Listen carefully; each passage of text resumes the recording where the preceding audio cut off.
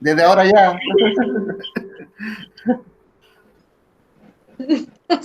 Hola, Neri, ¿cómo estáis? Hola, pastor, bendiciones para todos. pero está bien. Sí, por eso es que ahora se complica la cuestión. ¡Hola, Pachu! Diga, pastor. Sí, bueno. ¿Pero para qué me vaya a ver a mí todo el rato? Ya. ¿Me estás comiendo? Una pachuca. Ayer era un plato de fideo. Esa, fui comiendo después de la cámara para acá.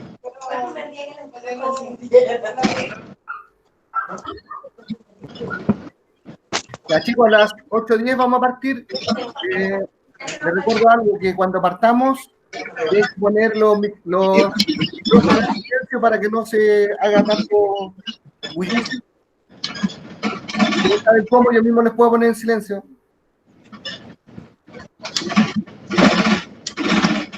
Hay una poca asistencia.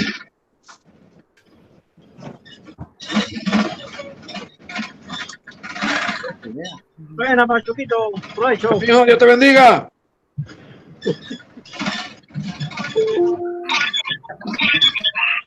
Hola, hermano Pachuco. ¿Qué pasó, Patricio? ¿Cómo estás, ¿Cómo mijo? estás? ¿Qué tal, Luna? Ah, bueno, estamos bien, mijo, gracias a Dios. ¿Sí? ¿Estás en cuarentena? Ajá. Sí. A mí me toca el jueves. El jueves Ah. parto. Avanza. Ah, Así bueno. que ya me armaron la casa del perro allá afuera ya para que... A mí me toca el jueves. Así es. También le toca a Polito. Sí. Oh, estamos mal así. Yo voy a trabajar igual nomás, ahí con la cuarentena. Sí. No me queda otra. Po. Sí.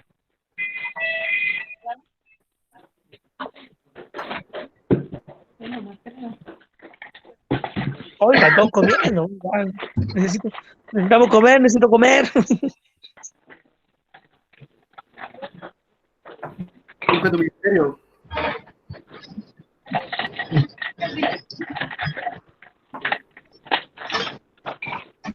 ¿Estáis silenciado, Pato? Si no se escucha nada.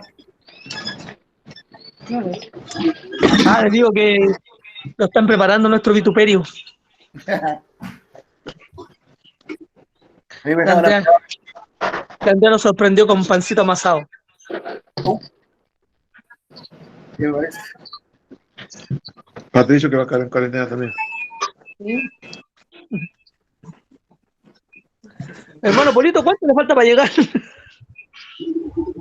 No, estoy recién, ya tengo que bajarme en departamental y para llegar para la casa. Polito. Ah, ya, Tengo buena, más buena. rato. Ya.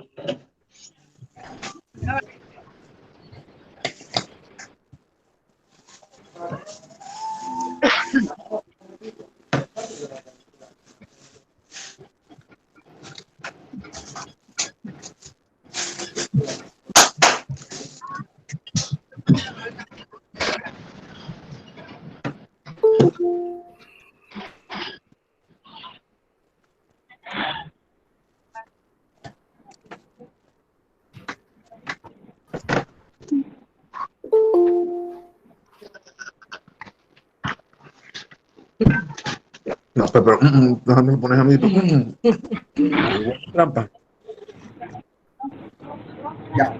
8:10, como les había dicho antes, vamos a orar y vamos a partir. Así que, antes de, les doy las reglas nuevamente. Pongan todos sus micrófonos en silencio.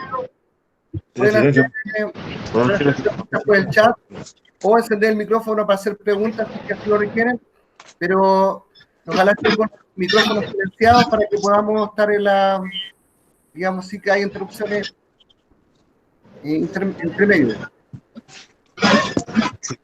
Si te va a silenciar un poquito, si quería hablarlo, me encendí de nuevo, ¿ya? No.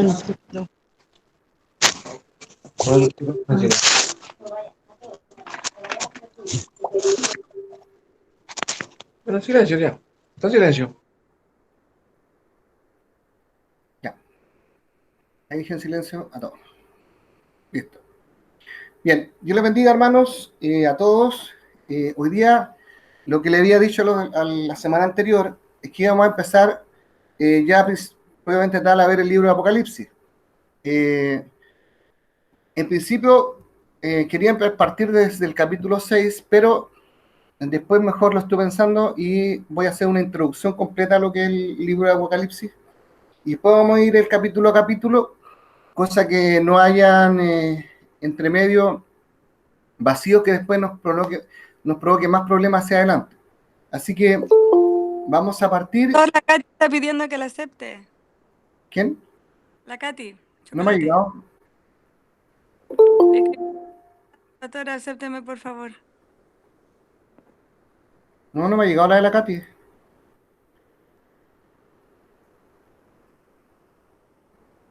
No me ha llegado. De hecho, he aceptado a todos los que han ido llegando, ya no.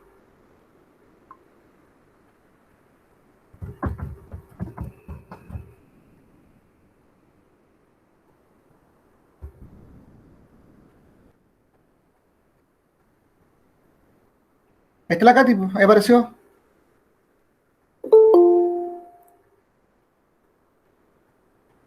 Ya, bueno. A lo que estaba diciendo, entonces vamos a ir con lo que es entonces una introducción a lo que es el libro de Apocalipsis, y después ya vamos a ir lo que es capítulo por capítulo para ir adentrándonos esta enseñanza. Así que mucha atención, como siempre les digo también, se pueden hacer preguntas, se puede interactuar, no creo sabérmelas todas, así que si en algo de repente no sé qué responderles, lo puedo anotar y les puedo responder después, pero vamos a tratar de hacerlo lo mejor posible. ¿Ya? Así que vamos a ir, a ver si puedo hacer la presentación de acá.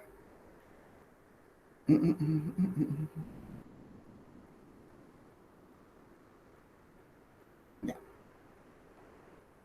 Están viendo la pantalla, ¿cierto?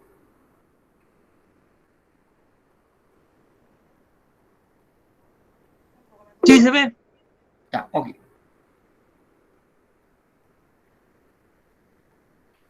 Quiero entrar yo con otra para ver qué estoy viendo.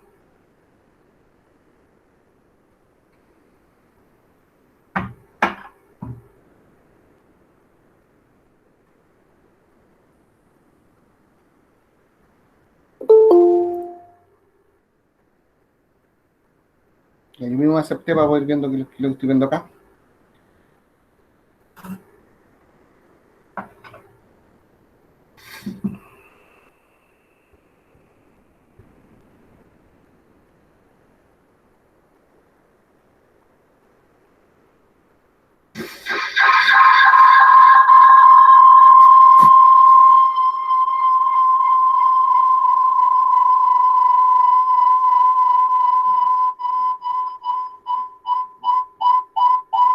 No va a resultar.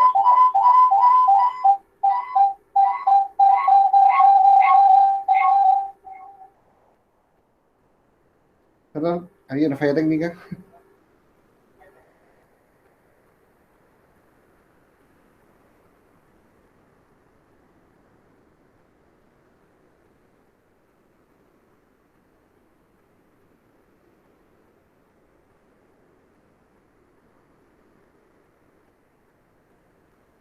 Ya. Bien. Vuelvo entonces a lo que estaba.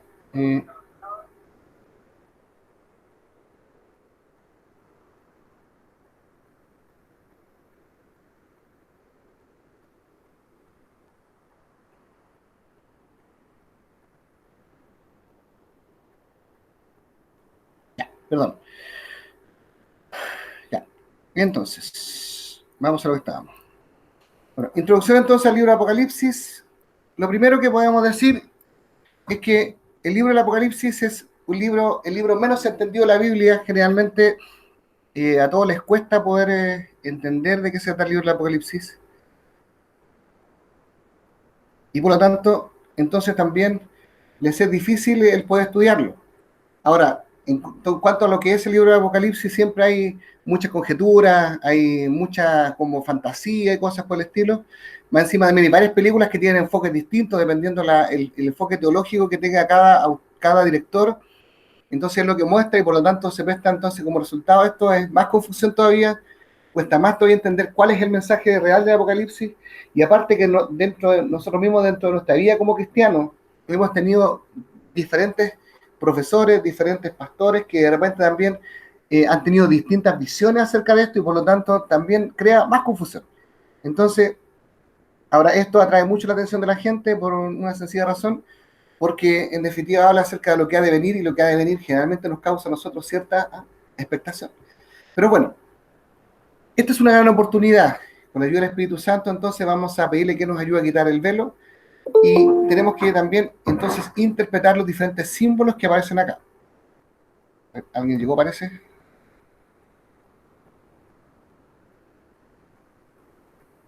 Michelle Rubio.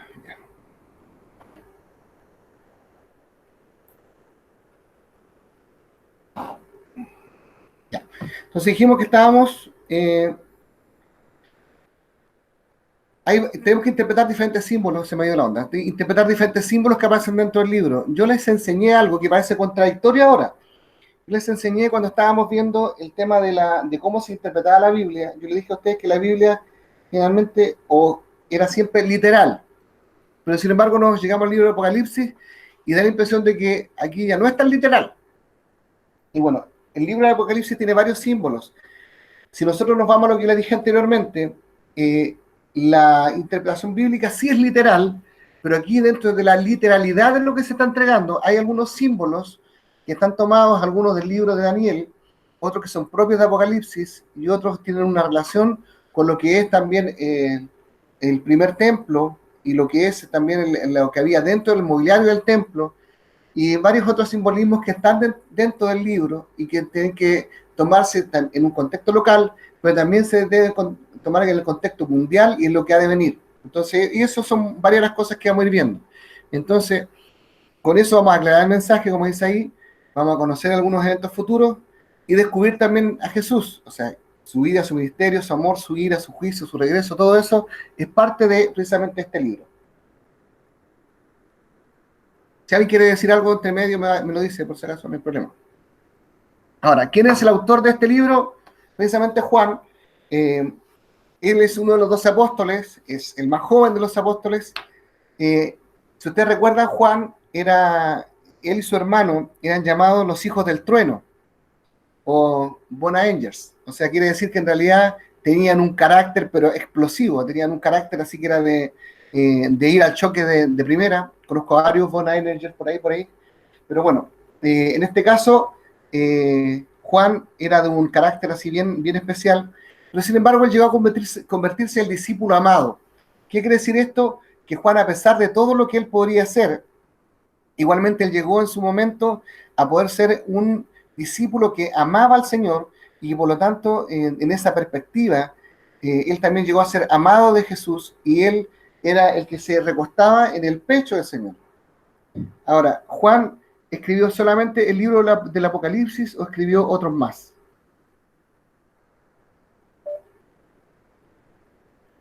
¿Alguien quiere hacer alguna acotación o algo? ¿O lo digo yo no?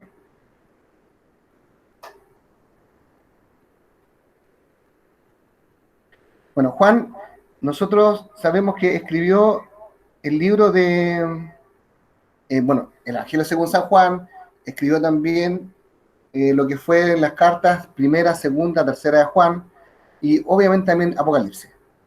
Entonces esos son los libros que escribió Juan. Ahora, la relación que hay entre Daniel y Juan es que Daniel fue el que escribió el Apocalipsis del Antiguo Testamento, por así decirlo, y Juan escribió el Apocalipsis del Nuevo Testamento. Ahora, Juan, él fue el único discípulo que murió de viejito, vivió una larga vida, y a pesar de que hay historias seculares que dicen de que Juan incluso en algún momento él fue llevado a la muerte en aceite hirviendo, pero sin embargo en esa ida al aceite no le habría pasado nada, y por lo tanto después, para poder como dejar de lado a Juan, lo que hicieron fue decir ya, ok, que Juan se vaya exiliado, y ahí después fue como Juan llegó a la isla de Patmos, que es donde él escribe finalmente el Apocalipsis.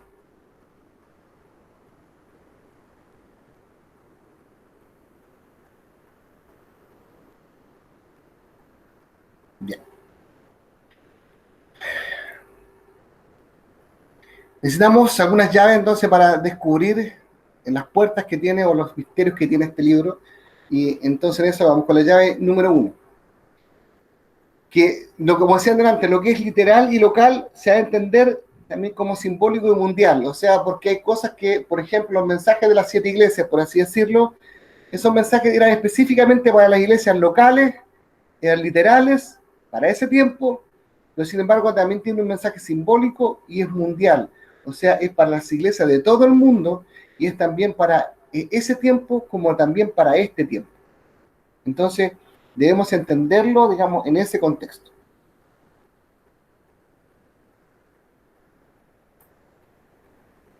Ahora, Juan toma los relatos literales del Antiguo Testamento y les da una aplicación simbólica y mundial. Ahora, nosotros entendemos de que Juan escribió inspirado por el Espíritu Santo. No es que él haya dicho, voy a tomar el libro de Daniel y voy a hacerle una copia para poder escribirla en el Nuevo Testamento, sino que nosotros sabemos muy bien que Juan lo que él escribió fue lo que él vio. Juan fue llevado al cielo y él entonces escribe aquello que le fue mostrado. Él no está en definitiva escribiendo luego de haber leído el libro de Daniel, sino que en definitiva él vive lo que escribe Daniel y en definitiva después le hace un relato escrito de lo mismo que Daniel ya había visto antes, o lo complementa, porque de hecho lo que Juan escribe va más allá incluso de lo que había dicho Daniel en lo que fue la segunda parte del libro. Yo la semana anterior les dije que leyeran la segunda parte del libro de Daniel para que así tuviesen también una mejor comprensión. Espero que lo hayan hecho.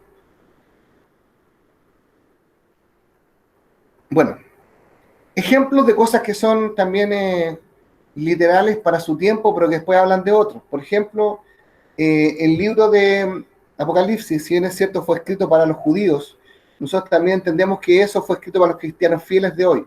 Ahí hay unas citas bíblicas, Gálatas 3, 29, Romanos 2, 28, 29.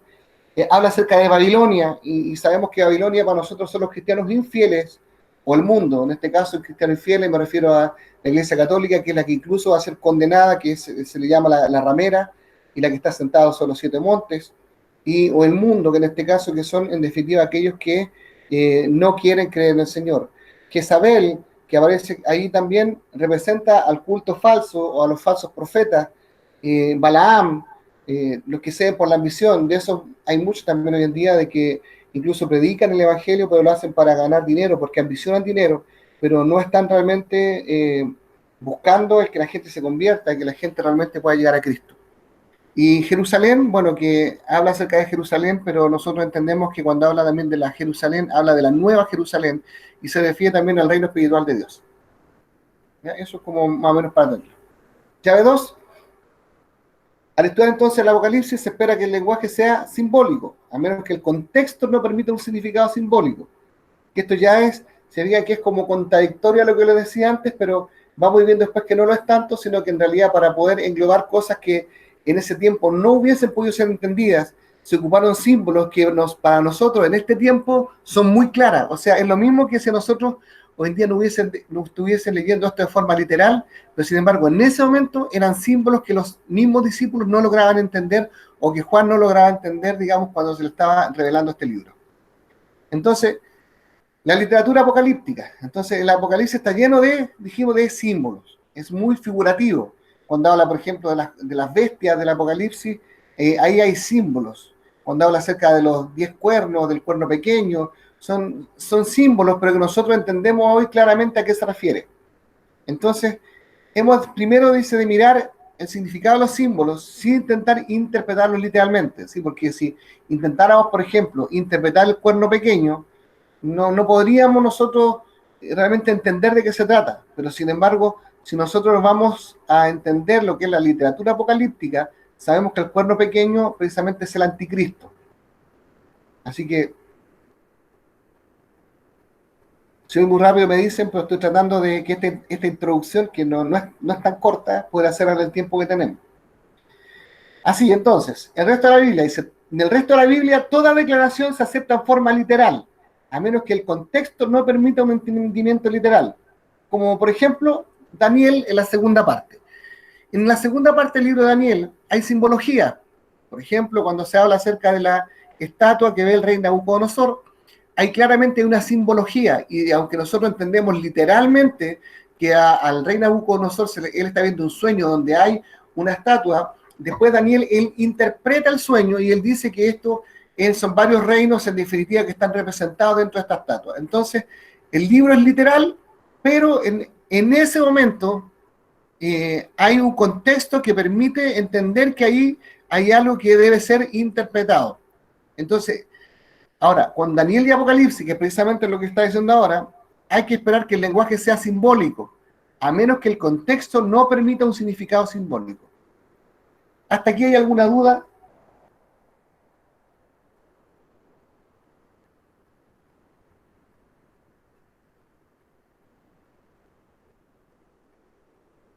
¿No? ¿Sigo?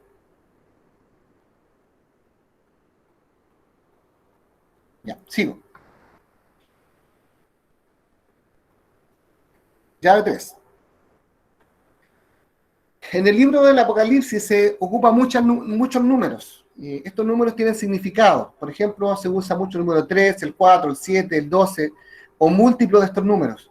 Y tienen la intención de transmitir cualidades en vez de cantidades. O sea, nosotros no necesariamente cuando veamos estos números, quiere decir que hable literalmente de esa cantidad, sino que muchas veces lo que está haciendo es hablar de la cualidad que tiene esa cantidad.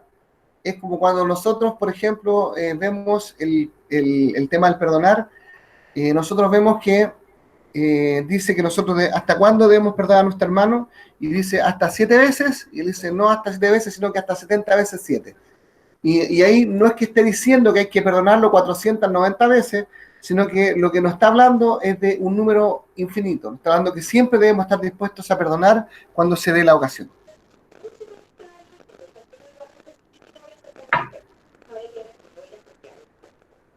¿Alguien quiere decir algo?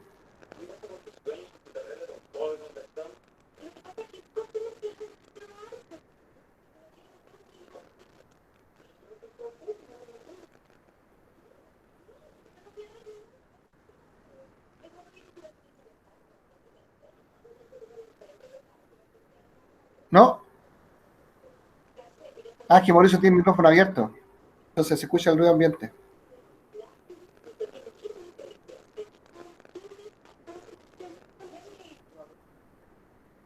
Sí, sí.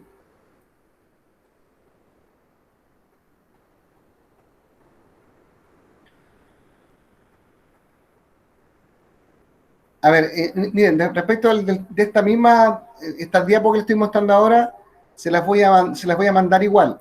Lo que pasa es que estoy intentando aprovechar bien el tiempo para que ustedes también puedan tener, digamos, una visión completa de lo que les estoy mostrando, ¿ya? Así que, bueno, ahí sigo con lo que estaba entonces.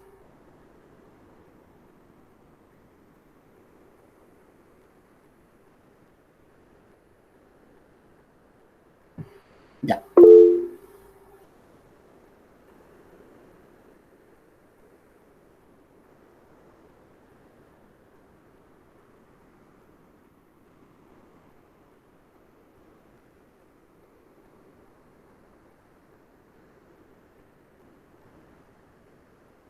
La Mila dice que ya le ha ido sacando pantallazos.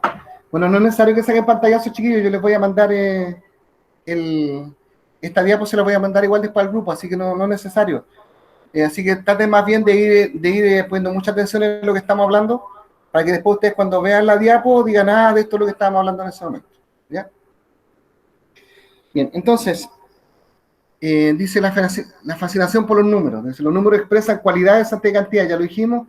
Entonces, aquí vamos a ir con unos ejemplos.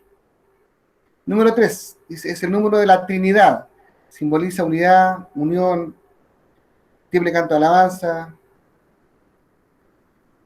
Habla, por ejemplo, también el contraste de la triple alianza, el dragón, la bestia, el falso profeta, los tres ayes. Está, por ejemplo, después, tenemos después también ahí lo que son el número 4, el símbolo de la universalidad, los 4 seres vivientes ante el trono, los 4 ángeles, los 4 ángulos de la tierra, los 1600 estadios, que es el 4 multiplicado por sí mismo 100 veces, las armas, que también son 4, que hay la espada, el hambre, la peste, las fieras, las 4 asignaciones, nación, tribu, lengua, pueblo. Tenemos después también el número 7, dice que es el número más prominente del Apocalipsis, es el número del sábado, reposo. Este número del sábado yo lo expliqué la vez anterior, ¿eh? El número del sábado tiene una gran importancia. Nosotros, si bien es cierto, hoy en día no observamos el día de reposo como lo hacen, por ejemplo, los sabatistas, adventistas e incluso los mismos judíos, porque entendemos nosotros que el día sábado fue hecho para el hombre y no el hombre para el sábado, de acuerdo a lo que dijo Jesús. Pero sí sabemos que cuando llegue el reino del milenio, ese va a ser en realidad el día séptimo, el día del descanso. Y nosotros ahí realmente vamos a vivir nuestro propio Shabbat, o nuestro sábado, que va a ser cuando estemos con el Señor reinando por los 1000 años. Está el símbolo del eterno descanso que Dios ha prometido a su pueblo, como estaba diciendo recién. Se menciona más de 40 veces en el Apocalipsis, para las 7 iglesias, los 7 sellos, las 7 trompetas, las 7 copas de la ira, los 7 truenos, etc. El número 12 identifica el reino de Dios. Ahí están las 12 tribus en el Antiguo Testamento, en el Nuevo Testamento los 12 apóstoles, tenemos las coronas de 12 estrellas, las 12 puertas, los 12 fundamentos, las 12 piedras preciosas, los 12 nombres de los cimientos, los 12 frutos del árbol de la vida, y tenemos también los 144.000 sellados, que es un múltiplo de 12, y es 12 entonces por los 12.000. Y entonces vemos ahí varios ejemplos de lo que son los números. Ya el número 4, para ir entendiendo entonces, cada referencia al santuario y a sus servicios deben recordarnos la realidad que esos elementos simbolizan. Y aquí vamos entonces a los elementos del santuario. Entonces, los elementos más importantes, símbolos del Apocalipsis, están tomados del santuario del Antiguo Testamento. Esa foto que ustedes ven ahí, de fondo, ahí ustedes pueden ver ahí cómo está en el atrio, está puesto ahí el lugar del altar de bronce, está el lavadero, que es donde se lavaban los sacerdotes, y se ve el templo propiamente tal adentro, que es donde está el lugar santo y el lugar santísimo. En el lugar santo, que es donde está la mesa con los panes de la proposición, está el candelabro de los 7 brazos, está el incensario, y el lugar santísimo, digamos, donde está también ahí lo que es el arca del pacto, donde está adentro las tablas de la ley, el maná, y la vara de Aarón también que floreció, y eso, y los ángeles que están también ahí. Bueno, ahí está el lugar santo, bueno, ahí se ve el candelabro el candelabro de 7 brazos, está también ahí la mesa de los panes de la proposición, está también ahí la parte del incensario, y al fondo se ve también lo que es el lugar santísimo, donde está el arca del pacto, donde están los ángeles custodiando todo esto. ¿Ya?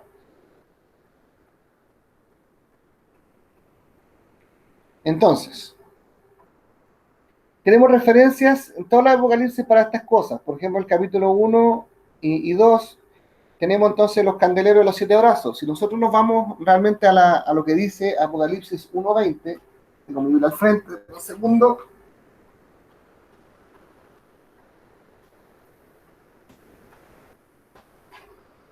Ya vi con ella.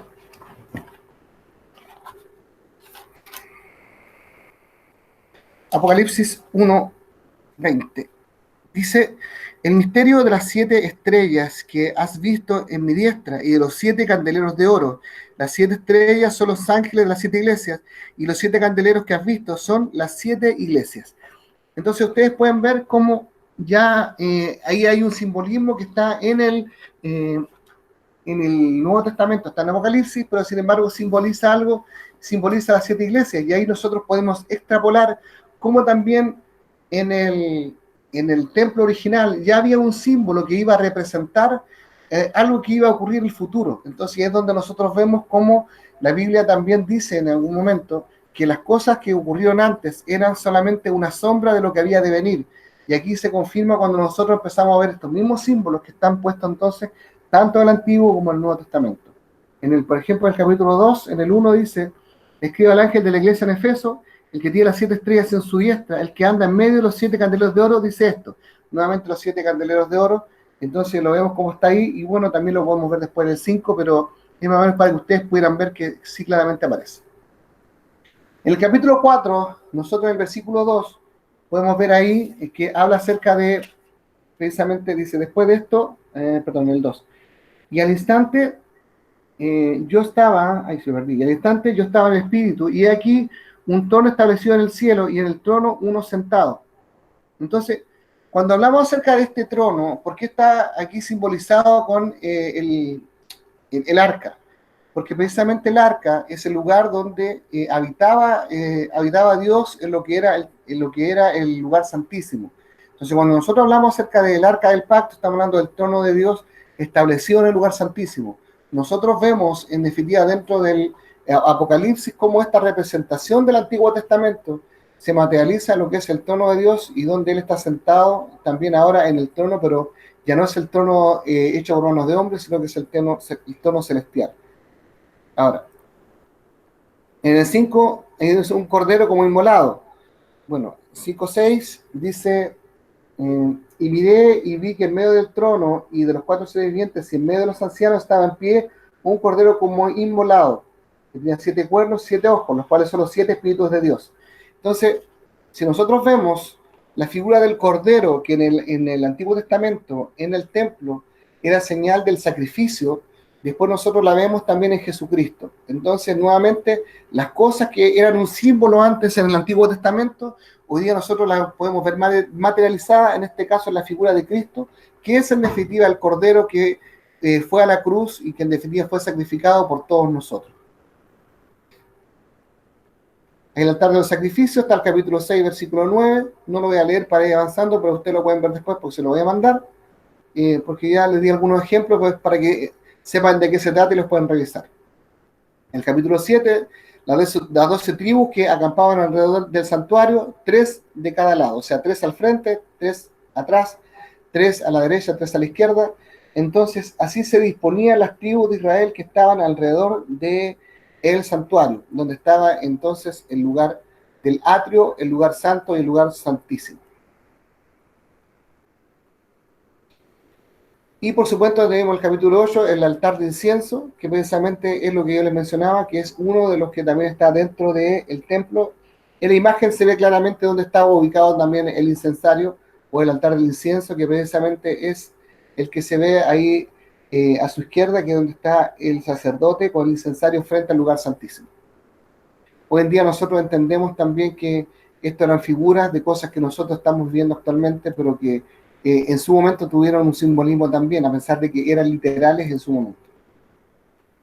Bueno, y en el capítulo 11 entonces tenemos el santuario y su atrio, y ahí es donde podemos ver la imagen también que está al lado izquierdo, donde podemos ver también que está el santuario de Dios, y está el atrio donde entonces hacían también allí los sacrificios.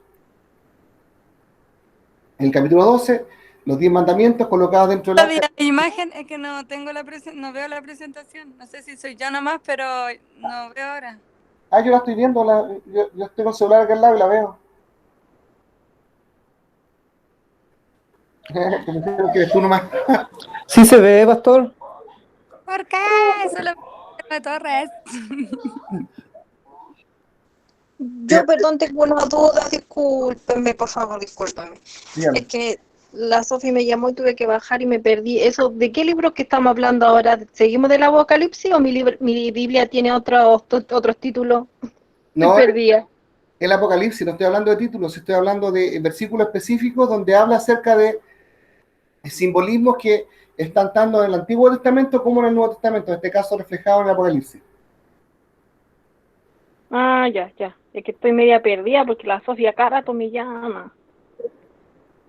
Ya no, pero esto se los voy a mandar, por si acaso, un ratito más se los mando.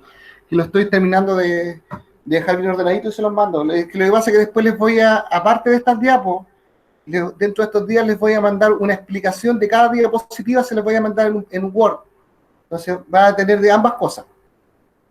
¿Ya? Ya, eso. Sigo. En el capítulo 15 entonces tenemos los ángeles del santuario. Y el 16, el templo de Dios. En el versículo 1. Bien. Voy a continuar con otra más.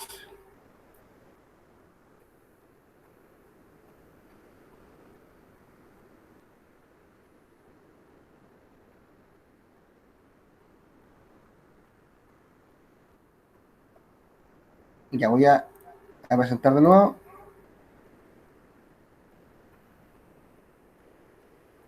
Eso no.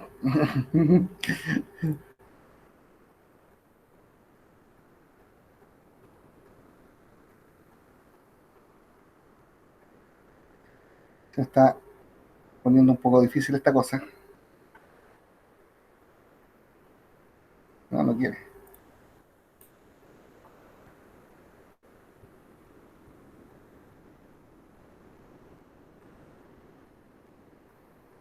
No sé. Ah, no quiere. Pero un momentito que estoy intentando poder hacerles la presentación de esta, que me interesa que vean ahora.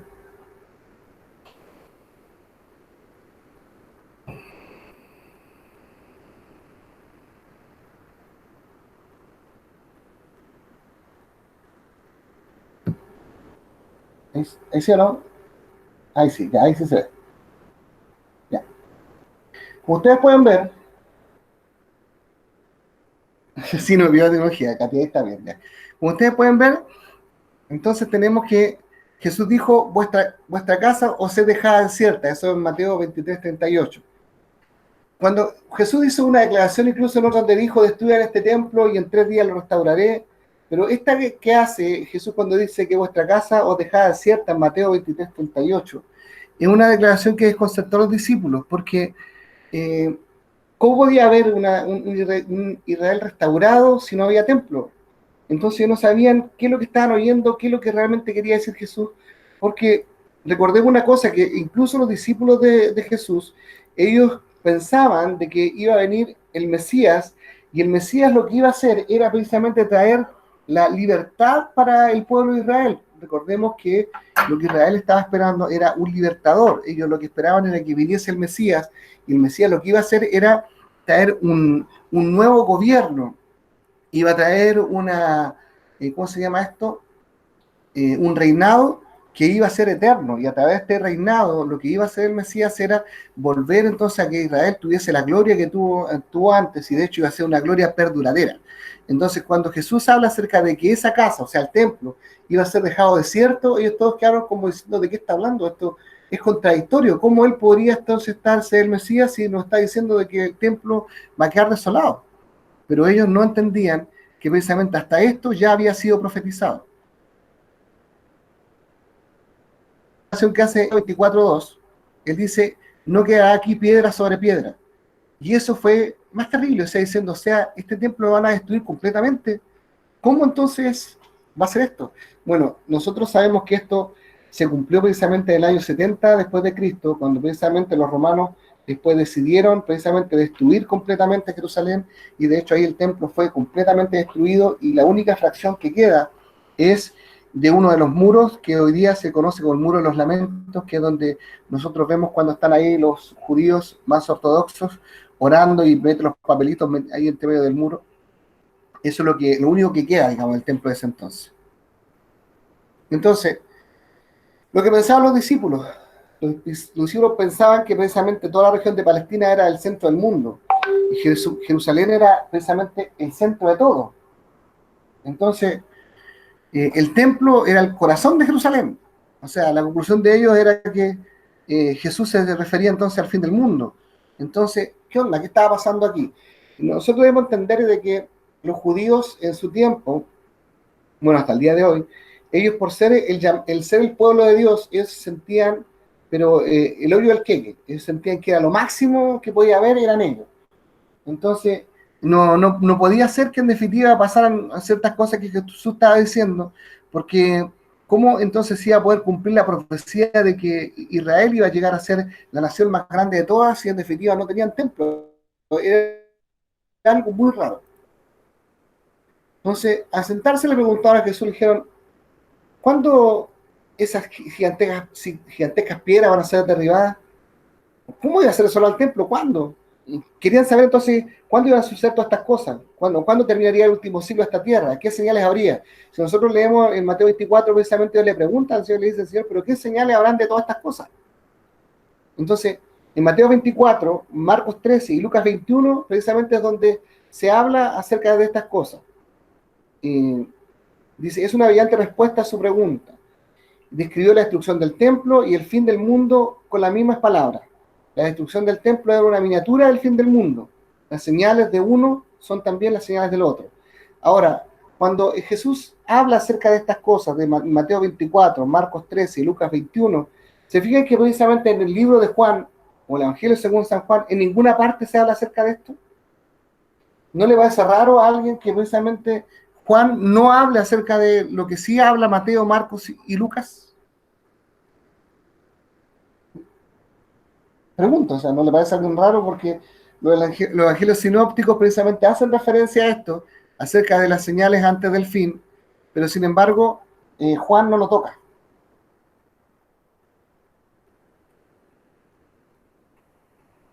En el Sermón del Monte, Mateo 24, la primera parte, los versículos 4 al 14, dice: la historia registra que cada uno de los eventos se cumplió en las 3 décadas que mediaron entre la profecía del Señor y la caída de Jerusalén en el año 70.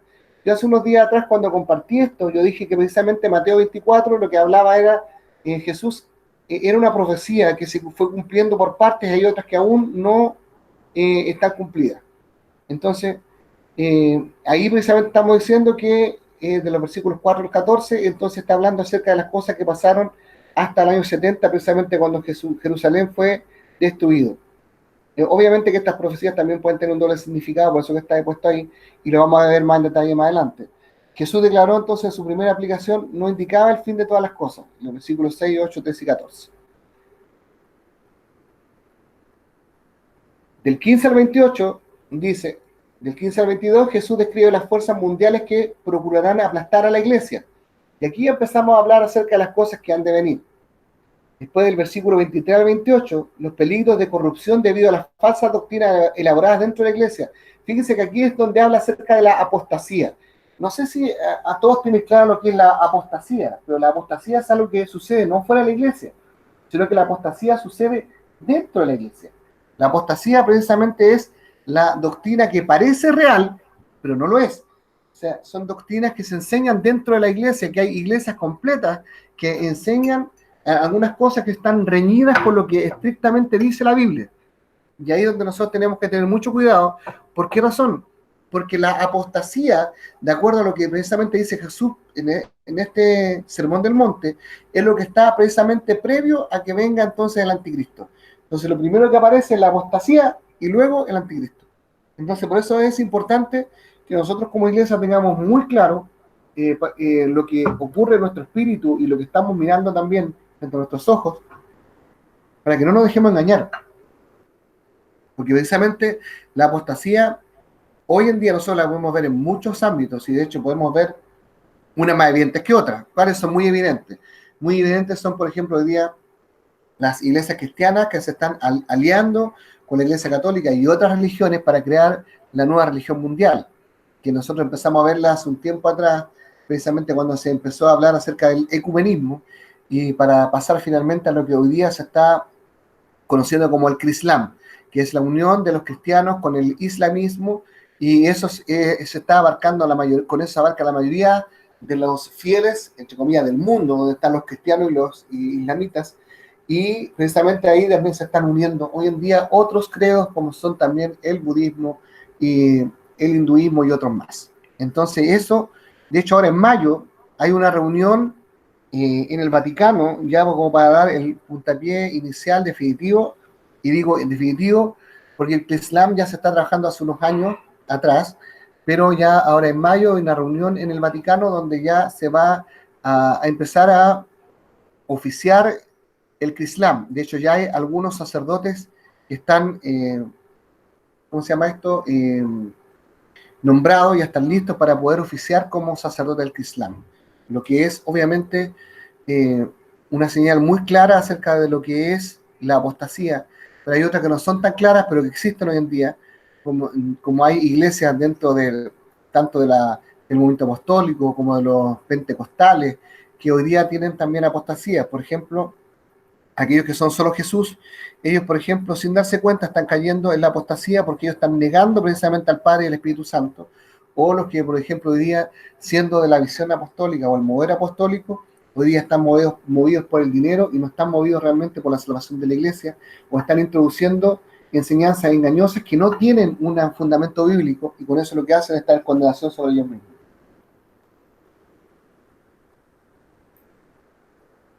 Entonces, el Sermón del Monte, en Mateo 24, nuevamente en la tercera parte, del 29 al 31, dice eventos que precederán antes de su segunda venida, o describe el fin. Hay señales en el sol, la luna, la estrella, el cielo, la tierra y el mar son sacudidos, los hombres mueren desesperados, se ve en el cielo la gloriosa aparición de Cristo. Que eso es algo que nosotros también hemos estado viendo, pero ya lo vamos a ver en profundidad también ahora que entremos en el Apocalipsis. Ahora, el Sermón del Monte, en la parte de la conclusión, está hablando acerca de una aplicación del mensaje a la vida de los discípulos, la parábola de la higuera, la ilustración del diluvio, la parábola del mayordomo infiel, bla, bla, bla. Todo eso tiene que ver precisamente con lo que se da también en los últimos tiempos. Ahora, Mateo 24 y 25, hay un bosquejo aquí, dice la primera parte, la inminente destrucción del templo. La parte 1 dice las señales que anuncian la destrucción de Jerusalén y la caída del mundo. La parte 2, los fieles atacados desde el exterior por el mundo y desde el interior por la falsa doctrina y la apostasía. La parte 3, el regreso de Cristo para silenciar la oposición y recibir a los fieles. Y la conclusión, la aplicación personal y el llamado. Bien, entonces, parte 1. ¿Era el Sermón de los Olivos la primera declaración, la primera clara descripción acerca de la caída de Jerusalén y el fin del mundo? Lejos de eso, no. Jesús deja claro que estaba diciendo algo que se exponía o que había expuesto antes el profeta Daniel. Entonces, Mateo 24:15 dice, donde se menciona la abominación desoladora, eso está en Daniel 9, 26, 27. Por eso es que yo les decía la vez anterior que era importante leer Daniel, porque ahí nosotros podemos darnos cuenta cómo muchas de las cosas que se dijeron en el libro de Daniel después son tomadas tanto por Jesús como por Juan. Por Jesús cuando él está hablando precisamente aquí como es el sermón del Monte de los Olivos, y como también después Juan lo toma en el libro del Apocalipsis.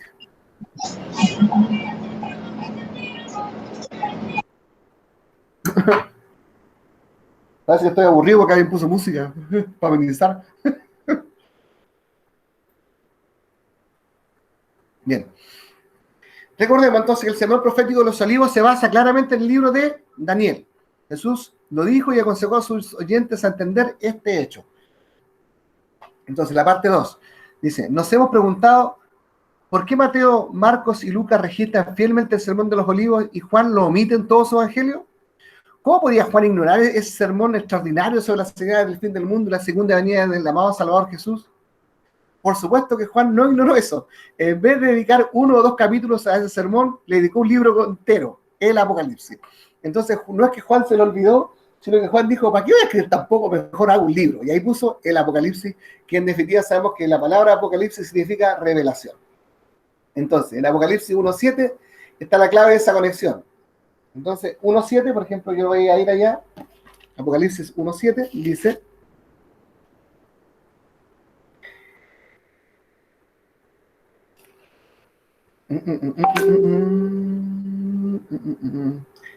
He aquí que vienen las nubes y todo ojo le verá, y los que le traspasaron y todos los linajes de la tierra harán lamentación por él. Sí, amén. Entonces, él está hablando precisamente acerca de lo que iba a suceder, de lo que iba a venir, y entonces aquí nosotros claramente estamos viendo cómo está conectado tanto lo que Juan habló en el Evangelio, como después habla también en Apocalipsis. A través de los 22 capítulos pinta, entonces, dice dramáticos cuadros apocalípticos acerca de lo que va a suceder, pero nosotros no tenemos que estar temblando o aterrarnos por lo que va a suceder, sino que saber que nosotros vamos a vivir la parte linda de la historia. A nosotros nos toca bailar con las lindas. Entonces, bosqueja la historia de la iglesia desde su comienzo hasta el día de que se pronunciará el juicio sobre los impíos y los justos estarán seguros para siempre en su hogar eterno. La parte 3 de gran parte del Apocalipsis es una expansión del libro de Daniel. En Apocalipsis 12 aparece el monstruo de los 10 cuernos que alcanza las estrellas y las arroja a la tierra. Persigue y echa la verdad por tierra durante 1260 años y devasta al pueblo de Dios. Daniel lo había dicho antes. Entonces, cuando hablamos de esto, sabemos específicamente que estamos hablando de Satanás, pero después vamos a entrar en detalle cuando lo veamos. Apocalipsis 13 habla de un monstruo de 10 cuernos y profiere extremas blasfemias y persigue al pueblo de Dios. Daniel también lo había dicho antes. Entonces, los gemelos apocalípticos escriben el mismo mensaje, respiran la misma inspiración, comparten los mismos temas, exploran el mismo gran conflicto entre Cristo y Satanás y describen la misma victoria de Cristo y sus seguidores. Esto lo vamos a revisar cuando después nos vamos viendo capítulo por capítulo. También vamos a hacer el paralelo que hay entre lo que dijo Daniel y lo que dice en Apocalipsis, para que también no queden ahora diciendo, ¿qué me querrá decir el pastor? No, lo vamos a ver en detalle, así que no se preocupen. Llave número 5. El Apocalipsis es una expansión del sermón de los olivos de Jesús, y ese sermón se basa en Daniel. Entender entonces el Apocalipsis significa entender las dos primeras presentaciones. O sea, tenemos que aprender, leer lo que dice el libro de Daniel desde el capítulo 9 y hasta el final, y también entender lo que dice entonces el sermón de Mateo 24, porque en definitiva el Apocalipsis se basa precisamente en esas cosas y lo extiende. Él hace como una extensión de eso para explicarnos qué es lo que ha de suceder. Por eso es que es importante entender todas esas cosas. Bien, entonces, hagamos un repaso de lo que dijo Daniel, capítulos 2 y 7. Entonces aquí hay una imagen de Daniel, supuestamente. Lo primero que nosotros tenemos que ver del capítulo 2 al 7 es donde está el sueño de Nabucodonosor, que fue lo que yo les dije al principio. Entonces, en el sueño de Nabucodonosor veía una gran estatua donde la cabeza era de oro, y esto representaba al imperio de Babilonia, el pecho y los brazos de plata, que significaba al imperio medo-persa, el vientre y los muslos de bronce, que significaba o simbolizaba a Grecia, y las piernas de hierro, que simbolizaban a Roma. Los pies de hierro y barro, la Europa dividida, y precisamente es la Europa de nuestros tiempos. Ojo, los pies de barro y hierro simbolizan a la Europa de este tiempo, por si acaso. Ojo con eso. Vemos entonces en el mismo sueño como una gran piedra entonces viene y ataca a la estatua y la hace polvo. Y esa roca entonces que viene y precisamente va contra la estatua, a sus cimientos, a los pies, y la derriba, la convierte en polvo. ¿Quién es esa roca? Jesucristo. Quien viene en la roca es Jesús, y ahí es cuando habla acerca de la segunda venida, cuando Él viene, y viene con sus ejércitos de ángeles, y Él viene entonces con los santos, a poder entonces en su segunda venida a poder prender entonces al falso profeta, al anticristo y también entonces a la bestia, y todo esto lo hace entonces cuando viene su segunda venida. Esa gran roca es Jesucristo. Entonces ahí también en el libro de Daniel, después a contarte el capítulo 9, vemos entonces donde también aparece la visión de las bestias. Entonces las bestias también representan el león que aparece, y representa el imperio babilonio, que es del imperio que va del año 605 al 539 a.C. Obviamente dice 605 hasta el 539 porque entendemos que cuando es antes de Cristo, los números más grandes están para el final y los más recientes, digamos, están, acercándose hacia lo que es la era cristiana. El imperio medio-persa, que las estatuas eran, digamos, los brazos y el torso, aquí se está hablando acerca del oso que aparece, digamos, en la misma declaración, que es la visión, digamos, del oso con las costillas en la boca. El imperio medio-persa, que es del año 539 al año 331 a.C. Posteriormente tenemos el imperio de Grecia, que era, entonces dijimos, la parte de los muslos y el abdomen.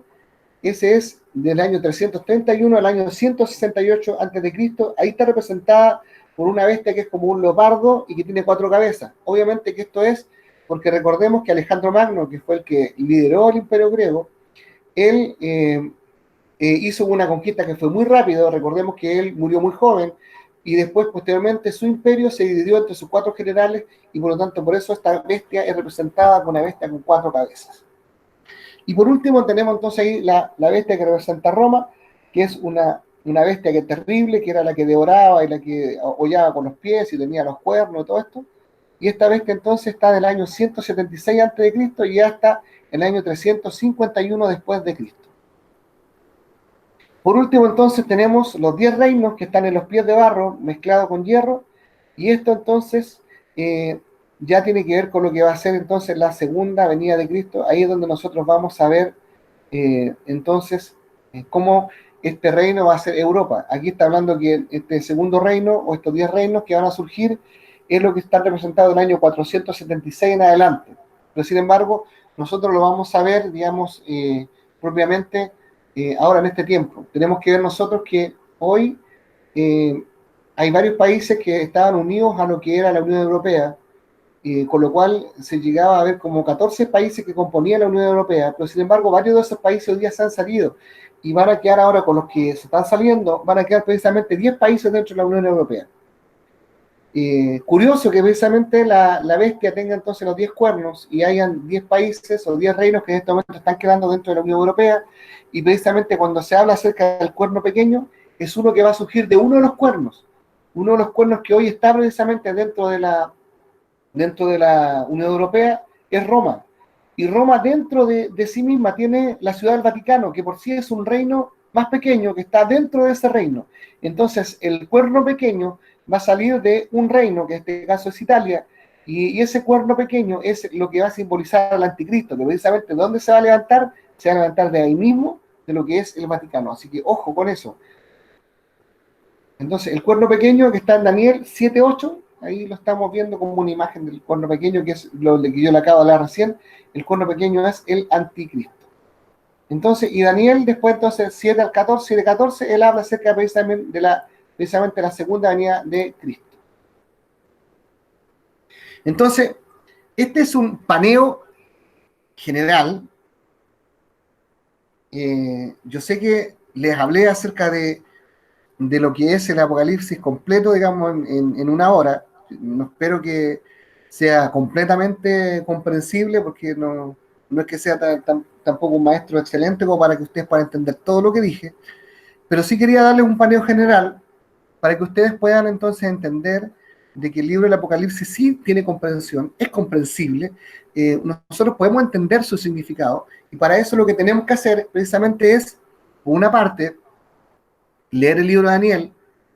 La primera parte del libro de Daniel, si bien es cierto, es histórica, sí, en la primera parte está lo que es el sueño de Nabucodonosor, y eso es una imagen, pero importantísima, que después también la vemos reflejado desde el capítulo 7 de Daniel, donde aparece entonces también después la visión de las 4 bestias, y lo vemos después también en lo que es el Apocalipsis, precisamente cuando aparecen nuevamente estos símbolos, y también está en lo que es Mateo 24 y los paralelos que también tienen en Marcos y Lucas.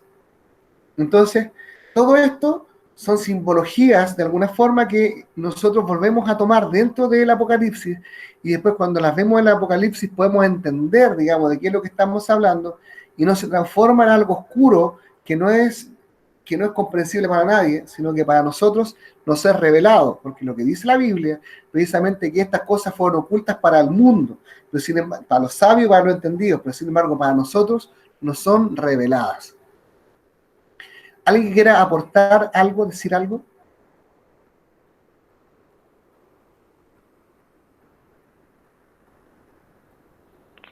Delante cuando hablaba de que por qué Mateo, Marco y Lucas eran como que semejantes y Juan no, yo me recuerdo que cuando estábamos estudiando la otra vez con la pastora Damari, el Nuevo Testamento, no estoy segura si tengo buena memoria, pero creo que era algo así, de que Marcos fue el primer libro que se escribió y Mateo y Lucas lo escribieron de acuerdo a lo que estaba escrito en Marcos, pero en cambio Juan no, porque él fue escribiendo lo que él vivió, por eso que era diferente. Sí, tiene que ver con eso, pero lo que yo hablé hace un rato atrás era acerca de que específicamente del sermón del Monte de los Olivos, porque esto lo registra Marcos, Mateo y Lucas, pero Juan no lo registra. Juan no registra ese suceso, que es súper importante, y de hecho es un suceso que ocurre al final del evangelio, al final digamos, del ministerio de Jesucristo, y si nosotros tomamos en cuenta de que Juan lo que registra precisamente es el final del ministerio de Jesús, es raro que él no lo consignara. Y por eso es que después dije yo, de que en realidad Juan, no es que él haya omitido eso, sino que Juan después, él ve que es tan importante, o la revelación de que el Señor le da a Juan, es tan importante que en realidad lo que él hace es escribir un libro dedicado a eso, y es ahí donde Juan escribe el libro del Apocalipsis, y Juan precisamente, cuando escribe el Apocalipsis, hace un Mateo 24 extendido, pero extendido, digamos, donde él deja claro todo lo que realmente Jesús quiso decir en el sermón de Mateo 24, y paralelos. ¿Se entiende? Ah, ya. Entonces esa parte me la perdí, por la culpa de la Sofi. Ya, profesora. ¿Alguien más quiera preguntar o aportar algo?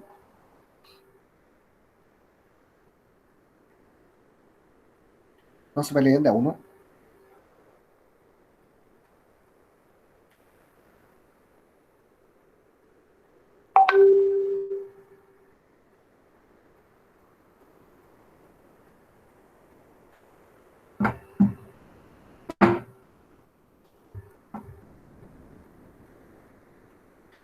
Miren, yo les voy a mandar ahora estas presentaciones que yo ahora les mostré y espero dentro de unos 2 días mandarle la explicación diapositiva por diapositiva, para que en realidad ustedes también las puedan estudiar y así también tengamos una buena base para lo que viene. Ojo que cuando yo les hablo acerca de lo que viene, me refiero a que después nos vamos a ir capítulo por capítulo, y en cada uno de los capítulos que nosotros estudiemos vamos a ver también los paralelos que hay dentro de la Biblia, ya sea en Daniel, o Marcos, o Mateo, o Lucas, o algunas también alusiones que hace también Pablo dentro de sus cartas, en Filipenses, en Gálatas y otras, donde también se hacen alusiones a lo que es también lo que va a ocurrir en el fin de los tiempos. Entonces, va a venir algo que es bastante rico en cuanto a contenido, y por eso yo lo que les pediría que todos los que están hoy día, que no falten después, porque en realidad perderse una clase va a ser terrible, porque en definitiva van a perder algo que va a ser muy importante para ir comprendiendo los capítulos que van a seguir después. Ahora, como estamos grabando esto, igual después si en algún momento uno de ustedes no puede asistir por trabajo, la razón que sea, por favor después cuélguense y veanlo igual los videos, y los voy a ir dejando disponibles después en la página web, para que en definitiva podamos estar todos claritos cuando vayamos hablando, y al final del libro del Apocalipsis, cuando terminemos de estudiar esto, todos estemos muy claros acerca de qué es lo que dice este libro, y en definitiva podamos ser también los que enseñen posteriormente a otros, y en realidad nos transformemos en una iglesia que realmente tenga fundamento. El título de nuestra iglesia dice Piedra Viva, fundamento para las naciones. Entonces, el tener fundamento tiene que ver precisamente con esto. El poder ser capaces de entender lo que la Biblia dice, lo que la palabra del Señor dice, y podamos después ser luz para otros que quizá hoy día no tienen la luz suficiente para entenderlo. ¿Me hago entender?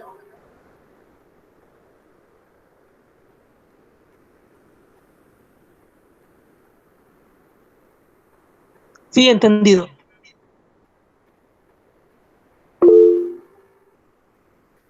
¿Alguien quiere aportar algo? ¿Alguien tiene una pregunta? Pastor, una consulta. ¿Por dónde va a mandar los archivos después, el PowerPoint que hizo, el Word? En el chat de la iglesia. Ah, ya. Ah, ya. Por si acaso, si ustedes revisan los archivos del chat de la iglesia, ahí están también los otros estudios que yo he enviado antes.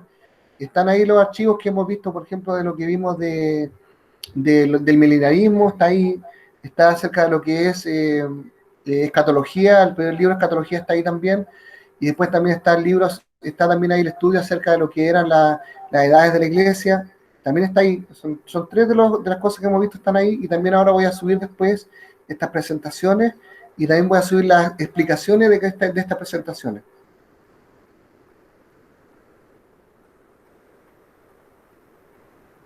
¿Alguien más? Ya, muchas gracias. ¿Alguien tiene una duda, una preguntita o algo?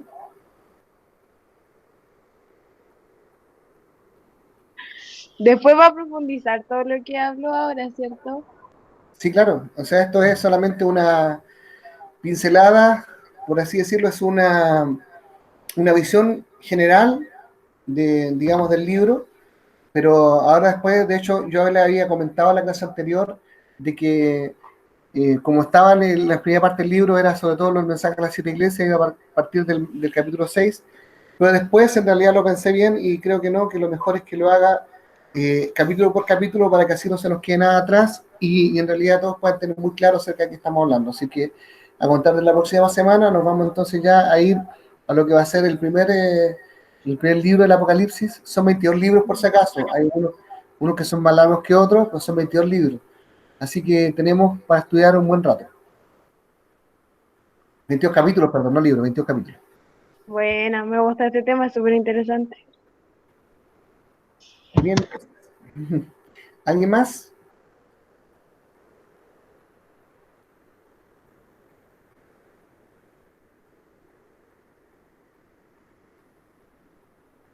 Están ahí, ¿cierto? Nos dejaron puesto el teléfono y se fueron a otro lado, ¿cierto?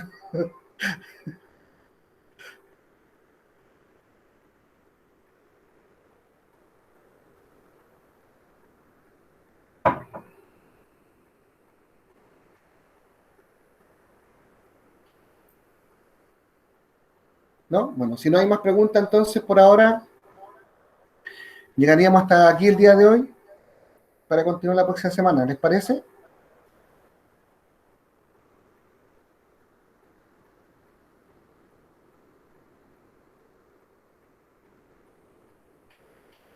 Ya. Ok. Bueno, Dios les bendiga. Mira, no Luisardo, no subí el del miércoles pasado, lo tengo, así que lo voy a subir. Y lo voy a subir a la página web para que ahí entonces lo puedan descargar. Así que, o más bien lo puedan ver. Así que no se preocupen, yo lo voy a subir para que así estemos todos hablando el mismo idioma. Así que Dios les bendiga a todos. Vamos a orar entonces. Señor, te pido que tú puedas bendecir a cada uno de los hijos del ministerio que hoy día han estado, Señor, en este estudio, que tú puedas traer revelación y luz a todo, Señor, lo que estamos viendo, que no es un tema fácil para los ojos del mundo, pero sin embargo, para los escogidos, para tu pueblo, es algo que nosotros sí tenemos que entender. Así que te pido que tú nos ayudes a que pueda ser claro yo como maestro, que también ellos puedan ser también receptivos como estudiantes y que puedan también tener revelación de tu Espíritu Santo, que es lo más importante. Bendigo a cada uno, te pido que tú seas con ellos, Señor, en todas las cosas. En el nombre de Jesús. Amén y amén. Eso, así que Dios les bendiga mucho, mucho, mucho, chicos, y nos estamos viendo entonces ya el día jueves, y bueno, y para estudio el próximo martes también. Así que Dios les bendiga harto, y bueno, los amo mucho. Bendigan también a todos los que se van a ir uniendo. Hoy día se unió un matrimonio, Juan Luis con Karen, lo unimos también al chat de la iglesia, y sabemos que ellos son también primicias de otros que van a llegar. Este tiempo ha sido un tiempo lindo, porque hemos estado predicando acerca del reino a través de las transmisiones, y sé que eso también ha ido acompañado de un respaldo del Señor, así que les siento que ustedes también sigan compartiendo publicaciones y sigan también hablando acerca del Señor, porque de verdad que hemos visto, no solamente nosotros, sino que muchas iglesias en el mundo, como esto que parecía tan malo, que era que las iglesias se cerraran, ha traído también una bendición, y es que nos ha forzado, digamos, a los pastores y ministros del Señor a que nos reinventemos y que de alguna forma también estemos evangelizando a través de redes sociales, transmisiones en vivo y otras cosas. Y eso también ha traído un fruto. Así que les siento que ustedes también compartan las transmisiones, pero también compartan, digamos, palabras del Señor, que su Facebook, su Instagram, TikTok, todo hable acerca del Señor, y de esa forma podamos entonces también cada día ir ganando a otros para Cristo. Les bendigo a todos, buenas noches, les amo, Dios les bendiga, y pueden empezar a desconectarse nomás que en libertad de acción.